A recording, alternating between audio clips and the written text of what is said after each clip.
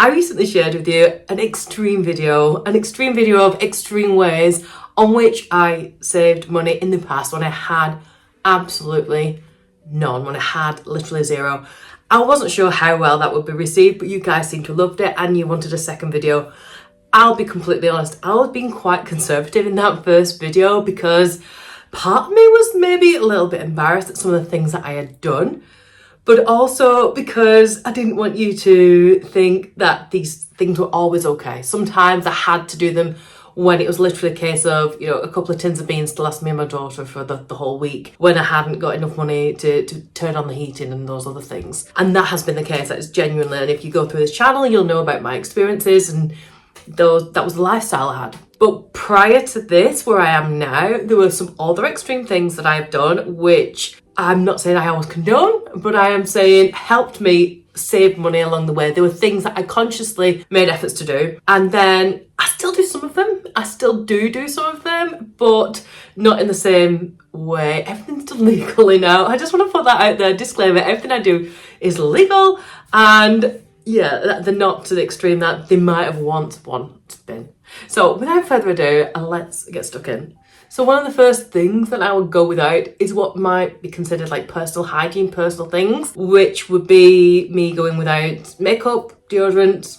I even went without shaving just so that I could save my razors because they were quite expensive, couldn't afford to do it. The only time when I might have taken advantage of this is if you're in public bathrooms and they have deodorants that you can use, or I might have taken the opportunity to ask for those things for my birthday or Christmas, and usually quite often got those Lynx gift sets. They were usually the favourite go-to for me. I was going to say I took the hint, but clearly I might have needed to take the hint in those cases. But when I literally had nothing, those were luxuries. You couldn't afford to buy those kind of things. If I was in public bathrooms and they were giving away sanitary ware, I would quite often take more than the one item that I might have needed, just so I had something when I might have needed those items, because again, they were quite a luxury. Nowadays, supermarkets do them for literally pennies. I don't think they make any money. They're probably a loss leader, to be honest with you, but that would have been one of the things that I would have taken advantage of at the time. Which leads me into the second point, which was quite often I would take advantage of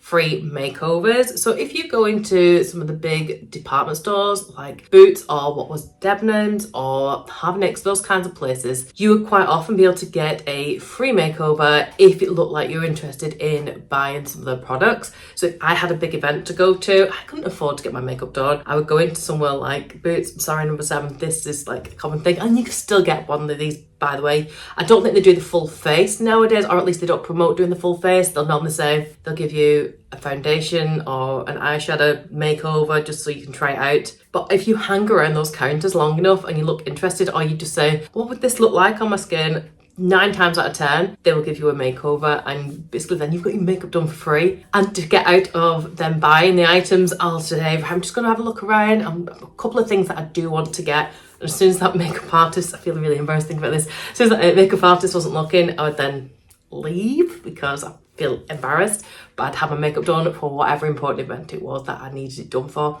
because makeup was a luxury. It was something that I couldn't afford to buy otherwise. And in the same vein, it kind of leads me to the point number 3, which was haircuts. I didn't get my haircut, or rather I didn't pay for my haircut or even coloured for a long time, many years. And the way to get around this, or the way to use this to your advantage, is quite often colleges will promote or want students for people who are training. So I would go down to the college where they would do my hair for free. Occasionally some places might ask you for a small amount of donation towards if you're getting your hair coloured, for example. But yeah, for haircuts, you shouldn't be paying for those things. And quite often it might not be something that you would have gone for initially, but it's always a nice way to try a new style. I've only ever had one bad time of this, and this was like going back maybe 20 years ago when I was like teens, and I started doing this, and the girl was clearly not, it must have been her first one or one of her first one, and she was cutting my hair and it was getting shorter and shorter and shorter, and I had quite long hair at the time. It was getting shorter and shorter, and every time her boss or supervisor came over to check, they were like, it's not quite straight, so you need to do it. So because it wasn't straight, she'd like cut it again and again, to the point of after about 4 goes, the girl was literally crying. And I felt awful crying doing my hair, and then the supervisor took over then. But I still liked the hairdo at the end. And that's the thing, is it's always supervised. That was quite a distant supervision. Normally they're like right next to them watching them do it, so it's not like that onerous. Or you can always ask how long they've been training for. So they might have to have just another so many cuts, and they might be at the top end, almost done kind of thing. So that's one way of doing it. But I always had really good feedback from that, other than that one occasion. So I would always look at that. There's also salons. So if they take on apprentice, if you get on some like the Facebook groups, see loads of them still nowadays asking for models to come along and get their hair done in a certain position. So maybe they want somebody with long hair who's looking to go short, or somebody who's already got short hair wanting to like a gradual bob or something like that. Keep your eye out, and it might be worth doing just to save a little bit of cash. This leads into point number 4, which is other beauty treatments. So it's not just hair that you can get done. You can also get your nails done. You can get beauty treatments like massages, Reiki, other things like that. I've had my eyebrows done this time last year. I got my eyebrows tattooed for free because it was one of those things that I've always been interested in, but it seemed to be completely out of my justification for price range. And they were great. They're really great. So I've never had an issue with that. And again, that was someone who was almost completed their training, and I was really happy to go ahead and do that. And I knew it was being supervised. Like the supervisor was doing one eyebrow, the girl was doing another, and they were both being checked literally for every single stroke that was getting done. So that was another thing that I just keep an eye out, especially on the Facebook pages of people who work for themselves, or little salons that you like, or an area that you like to be involved in. Or even if you've got a regular salon that you go in, you can always just ask, do you have any trainees that want any models or something like that? Number 5 would be a no spend challenge. Now you have probably seen, if you've watched this video, you've probably already been recommended this video, but also you might have already seen lots of no spend challenges, and this is not uncommon at this time of year because people are reining in following Christmas. They want to try and cut back, and also because January's already been a really, really long month, so it always feels like ages off of a payday, and people are just like mindful of everything that they've spent previously and how long it is between paydays, and they want to start to rein back and also get ready for that spring kind of vibe where you want to do a bit of decluttering as well and not buy so many things. No spend challenges were things that I've always done, and I got to the point of where I do finally have money, and I no longer knew how to spend them. I didn't know how to spend money anymore because I've been so used to not spending it, and not because I'm living a minimal life. It's just that it has to be something really, really valuable or really important for me to say, I want that. I need that in my life. I want to buy it. I want you to become into that mindset and become used to doing no spend challenges. Then it becomes a lot easier. Now it doesn't have to be complete no spend challenges. It might just be, all right, we're having a no spend challenge for takeaways this month. We're having a no spend challenge for coffees. No spend challenge for whatever it is, knickknacks for the house that you like to buy. Or let's just have a, home bargain, Poundland, B&M bargain. No spend challenge. We're not going in the store, so we're not going to buy anything. Whatever you think is your vice, or somewhere that would make a massive impact if you rein back, then that could be your no spend challenge. And once that's successful and you've got the bit of the bug, then you can maybe implement it in other areas as well. I used to go out with a guy who I'm going to call Mr. 3 Porsches, and I called him Mr. 3 Porsches because he had 3 Porsches. A single guy, he had a couple of kids, and he had 3 Porsches. One was his best Porsche, his 911. One was his everyday, which you call a Boxster, I think it was, and he just used it to drive to work. And the other one was his family Porsche, which is like a bigger one. And he was one of the tightest people I ever came across. Now, I'm frugal. There's frugal and there's tight. Frugal and tight. And he had this saying, which was, if it's yellow, let it mellow. If it's brown, flush it down. And I had to come across that experience on the very first time I went to his house. And it was something I was never used to doing. But this was when I was in my, I had money stage. It kind of made financial sense to me. And he was like, it's a waste of water, so it's environmentally more sensible. But I was just like, there's loads of different things that I kind of picked up from him, and things that I did which kind of worked with us because we had a similar kind of mindset in that way, but those things that were just extreme. But that would be one that I did try and implement for a short while. I don't know if it's going to fit with you or you're 5. I'm not saying it's going to save you hundreds of pounds. It could just be something you might want to consider for the environment and just to save a little bit. If you don't need to flush the loo, don't flush the loo, is basically it.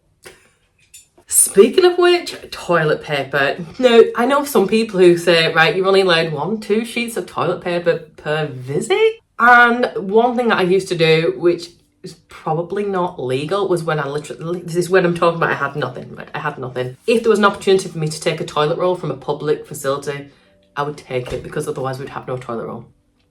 Like, if I was in work, sorry. If I was in, wherever I was visiting, not from friends and family's houses, but it was places where it felt like it was, free to do so, then usually one would go in my handbag. And it might have been occasionally when I visited my mum's, but that is it. But there were things like, you start to look for areas, tiny areas all the time. When you've got nothing, you'll look for tiny areas to save money. And that was one thing that I'm not proud of, but that is one thing I did. I would not have any baths, and I timed and still do time my showers. I try and keep my showers to around about 2 minutes unless I am washing my hair, and then I'll get a little bit longer. But baths was too much heating and it was too much water, so I couldn't afford to do it. And showers were just like literally, that.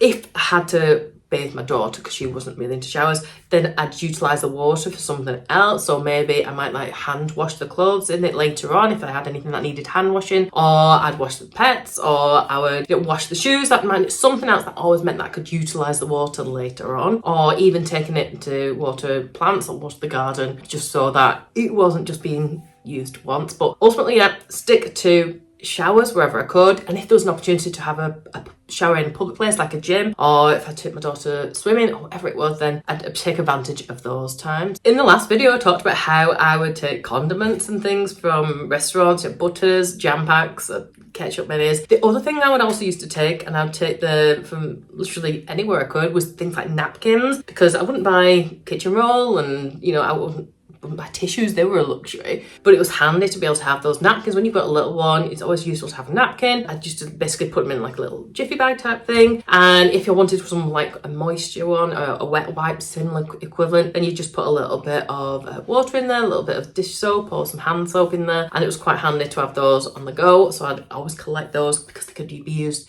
in so many different ways. I'd use them for cleaning my windows, just generally having them in the bag because you never know when they would come in handy. The final thing, which if you've seen this thumbnail, you will probably be waiting for, is that I won my wedding on the radio. And we'll talk about that in a little bit more detail in a second, but it wasn't just the wedding I won on a radio. I used to enter competitions all the time. When I first graduated, I got a job which effectively was a part-time job, but they needed me there full-time, so I'd be answering phones and customer service, and it wasn't a super busy place. So I spent a great deal of time on websites looking for competitions to enter, and I won, holidays, I won city breaks to London, I won theatre breaks, I won perfume, I won flowers for the year, I won so many different things. And one time I was driving to work and I heard, when I just met my then boyfriend, we hadn't been together that long, but we'd met at this particular radio event, and they're advertising saying, you can win your wedding.